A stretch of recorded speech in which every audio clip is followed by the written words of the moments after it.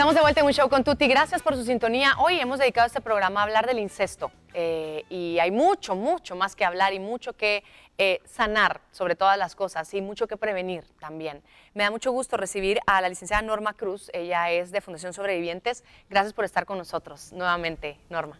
Gracias a ti por la invitación. Gracias. Y nuevamente se suman al panel la licenciada Marisol Rodas y el licenciado Rodolfo Díaz, quienes ya anteriormente nos han acompañado. Norma, quisiera que habláramos un poco de cómo los padres podemos ver que algo está pasando, porque hemos escuchado los casos en que por años los chicos se callan, están en silencio, no dicen nada y están sufriendo. Y los padres, por mucho que los amemos, no nos percatamos. ¿Cómo podemos empezar a ver que algo está pasando? Sí, efectivamente, Tuti, algo que tiene el incesto es que no pasa una vez. O sea, se da de forma repetida. ¿Por qué? Porque la persona que agrede a los menores está tan cercana a ellos que con facilidad tiene acceso. Y entonces muchas veces se repite y puede ser hasta por años. Yo te quiero compartir que hay víctimas que pasan un periodo grande de 3 años, de 5 años, siendo víctimas de forma continua de ese tipo de agresiones sexuales. Se empieza a manifestar esencialmente cuando los niños ya empiezan a tener de 9 a 15 años. ¿Por qué? Porque ya empiezan a tomar conciencia a través de la escuelita de los amigos que lo que les está pasando no es algo normal, que es algo que no es algo aceptado. ¿Y cuando son más pequeños, se puede ver algo en los pequeños? Mira, cuando se es más pequeño, algo muy importante es, digamos, revisarlos cuando van al baño, cuando se secan, cuando se bañan, revisarles sus partes para ver si los niños no tienen, digamos, laceraciones en sus partes íntimas. Eso es muy importante. Hemos tenido casos en la fundación, incluso donde niños pequeños ya tienen hasta herpes en la boquita, porque precisamente, digamos, han tenido un contacto sexual de tipo oral con el agresor. Entonces sí hay que estar muy pendientes. Con niños más grandes empieza a actuar la conducta, empiezan a estar con cuadros de depresión, empiezan a aislarse, empiezan, digamos, a no querer bañarse, a sentir vergüenza de su cuerpo, empiezan a esconderse. Oigan esto, empiezan los niños a no querer estar en presencia de la persona que los agrede. Hay que poner atención. Y uno a veces hasta los obliga, ¿verdad? Claro. Porque como uno no sabe qué pasó, uno los obliga y a veces los niños se esconden, no quieren ir a una actividad familiar. Entonces empiezan también a ponerse rebeldes, como decía Marisol, a llamar la atención. Entonces empiezan a actuar de manera no normal, no como suelen actuar, y hagámosles caso. Y cuando un niño te dice, yo insisto mucho en esto, porque pasa mucho, que a veces no les creemos, no queremos creer. Claro.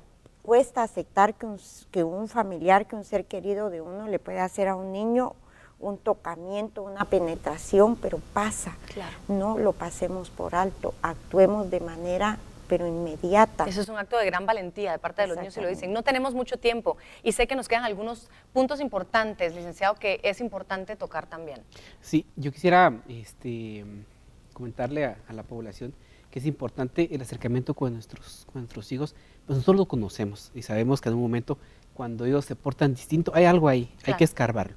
Pero sobre todo también enseñarles a ellos a cómo protegerse. Hay momentos en que nosotros no podemos estar atrás de ellos, pero sí le podemos decir a nuestros niños, a nuestras niñas, que no se puede hacer con su cuerpo, que su cuerpo es de ellos y que nadie los puede tocar. Eso es importante. Ni siquiera alguien muy cercano, porque eso hay que remarcarlo. Exacto. Incluso es importante decirles de que no importa qué amenaza le haga al victimario, que tengan la confianza de contarlo y que les vamos a creer. Claro.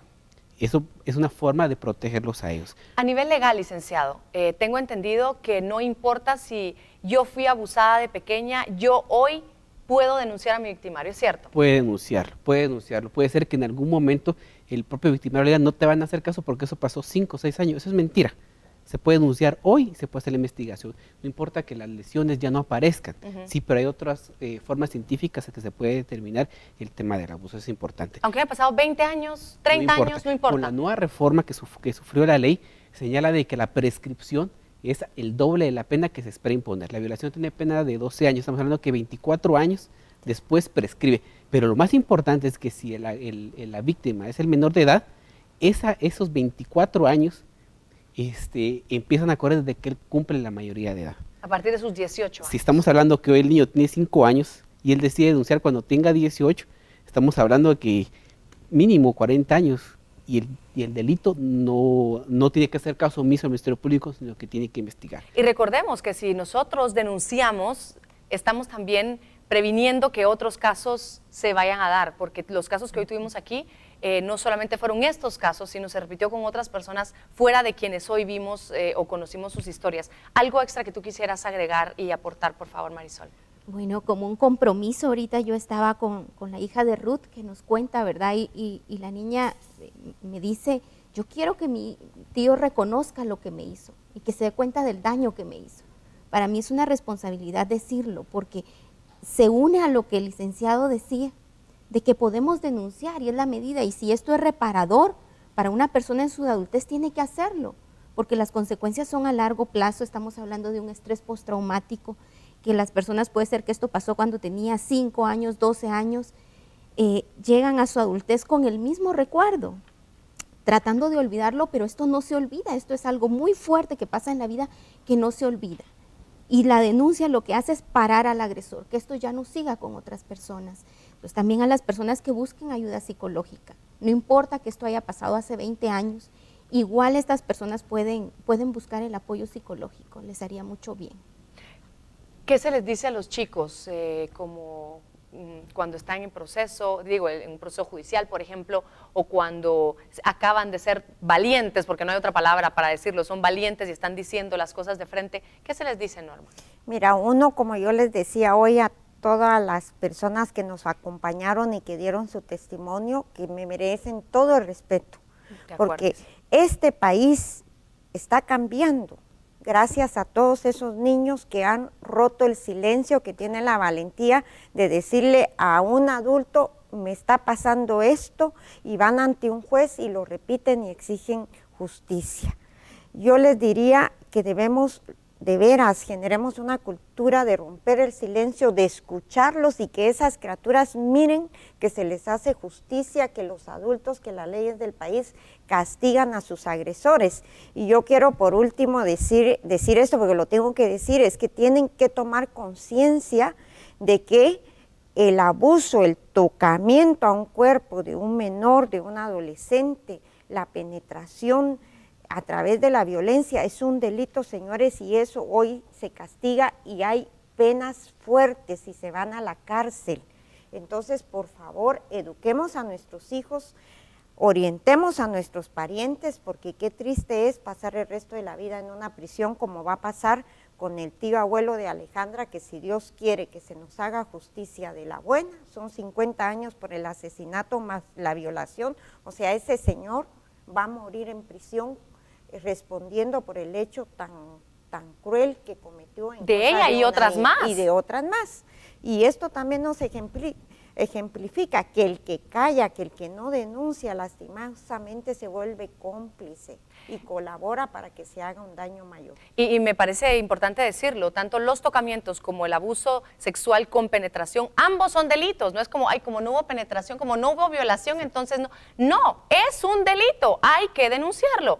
¿A dónde se denuncia? ¿A quién me aboco yo? Está Fundación Sobrevivientes, que sabemos que hacen un trabajo extraordinario, pero ¿a quién más si no los tengo cerca? Sobre todo a Policía Nacional Civil, a Ministerio Público. Es importante que si alguna de las personas que nos está viendo es víctima o sufre ese tipo de hechos, lo importante, por favor, sobre todo yo le digo como tema legal, de que si es un tema flagrante, que en el momento ustedes se dan cuenta, por favor, a mi niña, al niño, adolescente, que no se bañe, si tiene ropa íntima o ropa que ellos puedan pensar de que tienen algún tipo de evidencia, por favor, que no la tiren, que no la lave, que inmediatamente lo presentan a la Policía Nacional Civil o al Ministerio Público. Es importantísimo. Perfecto. Es importante. Y sobre todo, yo quiero remarcar el tema de que, como bien decías, Tuti, de que si hubo una penetración no hay delito. No, la agresión, el simple tocamiento en cualquier parte con un tema, una provocación sexual, sí, eso es delito.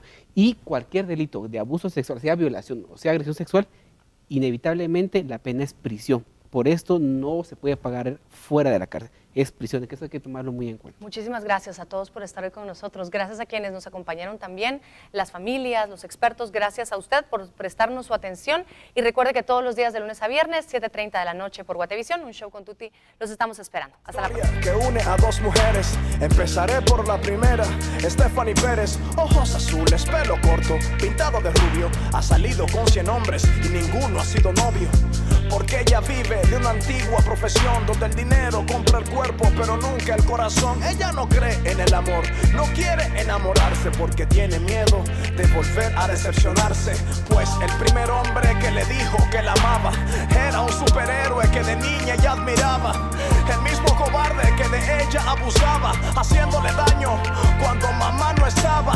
Desde su niñez hasta su adolescencia, papito se encargó de robarle su inocencia, le llevó su estrella por